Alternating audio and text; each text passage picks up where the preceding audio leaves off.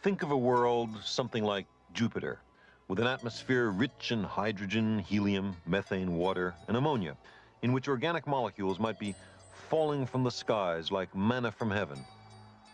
Could there be life on such a world? Well, there's a special problem. The atmosphere is turbulent, and down deep, before we ever come to a surface, it's very hot.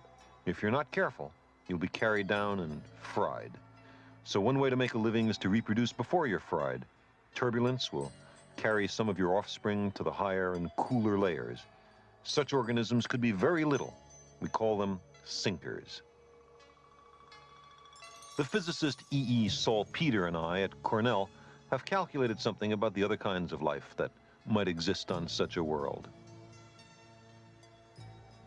Vast, living balloons could stay buoyant by pumping heavy gases from their interiors or by keeping their insides warm.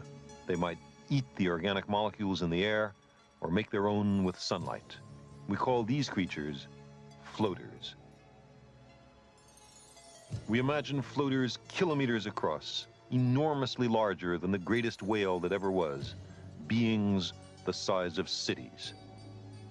We conceive of them arrayed in great lazy herds as far as the eye can see, concentrated in the updrafts in an enormous sea of clouds. But there can be other creatures in this alien environment, hunters. Hunters are fast and maneuverable. They eat the floaters, both for their organic molecules and for their store of pure hydrogen. But there can't be many hunters, because if they destroy all the floaters, they themselves will perish. Physics and chemistry permit such life forms. Art presents them with a certain reality. But nature is not obliged to follow our speculations. However, if there are billions of inhabited worlds in the Milky Way galaxy, then I think it's likely that there are a few places which might have hunters and floaters and sinkers. Biology is more like history than it is like physics. You have to know the past to understand the present. There's no predictive theory of biology, just as there's no predictive theory of history. The reason is the same.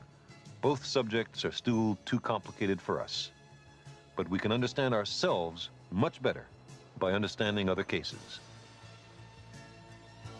The study of a single instance of extraterrestrial life, no matter how humble, a microbe would be just fine, will de-provincialize biology. It will show us what else is possible. We've heard so far the voice of life on only a single world. But for the first time, as we shall see, we've begun a serious scientific search for the cosmic fugue.